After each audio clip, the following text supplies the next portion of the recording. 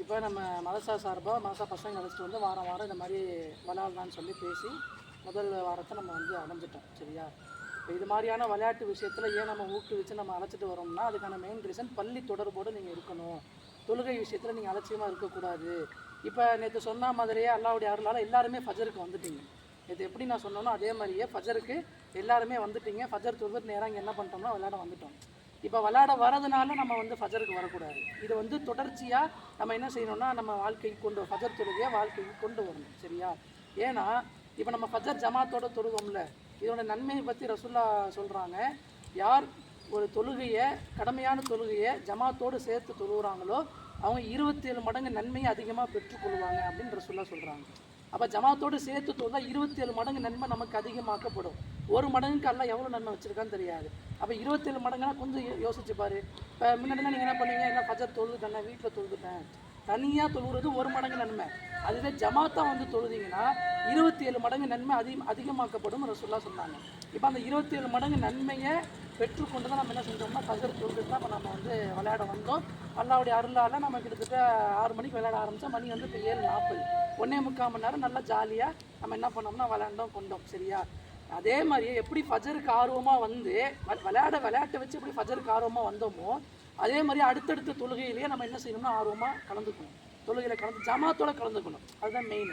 ஜமாத்தோட கலந்துக்கிட்டு அந்த தொழுகை விஷயத்தில் நம்ம என்ன பண்ணக்கூடாதுன்னா அலட்சியப்படுத்தக்கூடாது. தொழுகை விஷயத்தை நம்ம அலட்சியப்படுத்தணும்னா நாளை மறுமையில் சக்கரைங்கிற நரகத்தில் அல்லாஹ் நம்மளை போட்டு வேதனை செய்வான் அப்படின்னு அல்லாஹ் வந்து குரானில் வந்து சொல்கிறான். மேலும் இந்த 5 வேளை தொழுகை இருக்குது பற்றியா, இந்த 5 நேர தொழுகையை நாம் தொழுதா 50 வக்து தொழுதா என்ன நன்மை கிடைக்குமோ அந்த நன்மை இந்த 5 நேர தொழுகையில் கிடைச்சோன்னு ரசூல்லா சொன்னாங்க. நம்ம நினச்சிக்கிட்டு இருக்கிறது 5 நேர தொழுகை தான். ஆனால் அல்லாஹ் நமக்கு கொடுக்கக்கூடிய நன்மை எவ்வளோ தெரியுமா?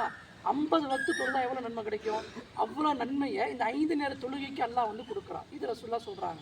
அப்போ இது மாதிரி நன்மைகளை இலகுவாக அள்ளக்கூடிய விஷயத்தில் நம்ம என்ன செய்யக்கூடாதுன்னா அலட்சியப்படுத்தக்கூடாது, அதை கடந்து போகக்கூடாது. எப்படி இந்த விளையாட வச்சு ஆர்வமாக ஃபஜருக்கு வந்தீங்களோ இதே மாதிரி தொடர்ச்சியாக நீங்கள் என்ன பண்ணணும்னா எல்லா தொழுகைகளையும் ஜமாத்தோடு தொழுது பள்ளிவாசலில் தொழுது நம்ம அதிகமாக பள்ளிவாசலோடு ஈடுபாடோடு இருக்கணும். ரசூல்லா சொன்னாங்க, நாளை மறுமையில் வந்து ஒரு மொட்டை வெயில், இப்போ அடிக்கிற வெயில் நம்மளால் தாங்க முடியுதா? இப்போ இன்றைக்கி வெயில் இல்லை, இன்றைக்கி ஓரளவு மப்பாக தான் இருக்குது. ஒரு நேற்று முன்னாடிலாம் பார்த்தோன்னா ஒரு 11 மணிக்கு சரியான வெயில். இப்போ நீங்களும் என்ன சொன்னீங்க, ஆனால் 10-11 மணிக்கெலாம் வெயிலில் விளாட முடியாதுன்னு, ரொம்ப கஷ்டம்னு அப்படின்னீங்க. இந்த வெயிலே நம்மளால் தாங்க முடியல. ஆனால் நாளை மறுமையில் இதை விட சூரியன் தலைக்கு அருகில் இருக்கும், அங்கே வெயில் இன்னும் கடுமையாக இருக்கும். அந்த வெயில் கடுமையாக இருக்கக்கூடிய நேரத்தில் அரிசியுடைய நிழல், அல்லாவுடைய அரிசி இருக்குது பற்றியா, பிரம்மாண்டமான அரிசி, அந்த அரிசியுடைய நிழலை சில பேர் அல்லாஹ் தங்க வைப்பான், சில பேருக்கு அல்லாஹ் கொடுப்பான். அதில் 2 சாரார் யார் தெரியுமா? ஒன்று இளமை பருவத்தில் பள்ளிவாசலோடு கழிச்சவங்க. இப்போ நீங்களாம் சிறுவர்களாக இருக்கிறீங்க, அடுத்து இளமை பருவத்தை எட்ட போகிறீங்க. இந்த பருவத்திலே நீங்கள் பள்ளிவாசல் தொடர்பு வச்சாதான் இளமை பருவம் வரும்பொழுது நாம் தவறான பாதைக்கு செல்லாமல் பள்ளிவாசலோடு தொடர்பு இருந்தோம்னா தொழுகை வெட்கக்கீடான காரியத்தை விட்டு விளக்கும் அப்படின்னு நல்லா சொல்கிறாங்க. அப்போ தவறான பாதையை விட்டு நமக்கு பாதுகாப்பு கிடைக்கும். அது மட்டும் இல்லாமல் நாளை மறுமையில் கடுமையான வெயிலுக்கு மத்தியில் அரிசியுடைய நிழல் வந்து நமக்கு கிடைக்கும். அப்படிப்பட்ட ஒரு வயசு தான் உங்கள் வயசு. அப்போ இந்த வயசை பள்ளிவாசலோடு என்ன பண்ணோம்னா நம்ம தொடர்பை வச்சுக்கிட்டு அந்த நாளை கழிச்சோம்னா இலகுவாக மறுமையில் வெற்றி பெற முடியும். ஏராளமான சிறப்புகளும் அல்லாஹ்வின் தூதர் வந்து மறுமையில் இளைஞர்களுக்கு இருக்குது அப்படின்னு சொல்லி நபிகளார் சொல்கிறாங்க, அல்லாஹும் சொல்கிறான். சரியா? நல்லா புரிஞ்சுக்கிட்டீங்களா? எப்படி ஃபஜருக்கு எப்படி ஆர்வமாக வந்தீங்களோ அதே மாதிரியே லோஹருக்கும் நீங்கள் வரணும், அசருக்கும் வரணும், மகரிபுக்கும் வரணும், இஷாவுக்கும் வரணும். ஸ்கூல் லீவ் டயத்தில் நீங்கள் 5 வக்துக்கு பள்ளிவாசலுக்கு வரணும். அதே மாதிரியே ஸ்கூல் இருக்கிற டயத்துலேயும் முடிஞ்சளவு நீங்கள் எப்படி ஃபஜருக்கு வந்தீங்களோ நாளைக்கும் பார்ப்பேன். நாளைக்கு நீங்கள் ஃபஜருக்கு வாங்க, பள்ளிவாசலோடு வாங்க, பள்ளிவாசலில் வந்து தொழுவுங்க, ஜமாத்தோடு தொழுவுங்க. இந்த மாதிரி நீங்கள் பழகிட்டீங்கன்னா உங்களுக்கு ஆட்டோமேட்டிக்காக தினந்தோறும் நீங்கள் என்ன செஞ்சுருவீங்கன்னா உங்களை எழுப்பவங்க நீங்கள் ஃபஜருக்கு எழுந்திரிச்சிருவீங்க. இது மாதிரி நீங்கள் தினந்தோறும் பழகிட்டீங்கன்னா எழுப்பாமல் நீங்கள் என்ன செஞ்சுருவீங்கன்னா ஃபஜருக்கு எழுந்திரிச்சிருவீங்க. ஃபஜர் தொழுகை நம்ம வந்து அன்றாட வாழ்க்கையில் பின்பற்றணும்னு சொன்னால் அல்லாஹ்வின் பொறுப்பில் நாம் இருப்பதா நபிகளார் வந்து சொல்கிறாங்க.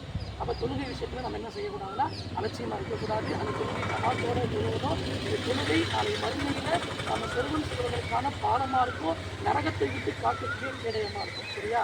இன்ஷால்லா வரக்கூடிய நாளில் கரெக்டாக செய்வோமா? இப்போ இதை போய் நீங்கள் தொடர்ச்சியாக வந்தால் தான் இப்போ இந்த வாரம் நான் பார்ப்பேன். இந்த வாரத்தில் நீங்கள் தொடர்ச்சியாக தொழுகைக்கு வந்தால் தான் அடுத்த வாரம் இது போன்ற விளையாட்டில் இன்னும் ஊக்குவிச்சு உங்களை அழைச்சிட்டு வருவேன். ஓகேவா? அப்போ இதை நல்லா உள்ளத்தில் பதிய வச்சு தினந்தோறும் இன்ஷா அல்லாஹ் தொழுகையில் கலந்துக்கலாமா? பள்ளியாசலுக்கு வரலாமா? கண்டிப்பாக வரலாம்ல.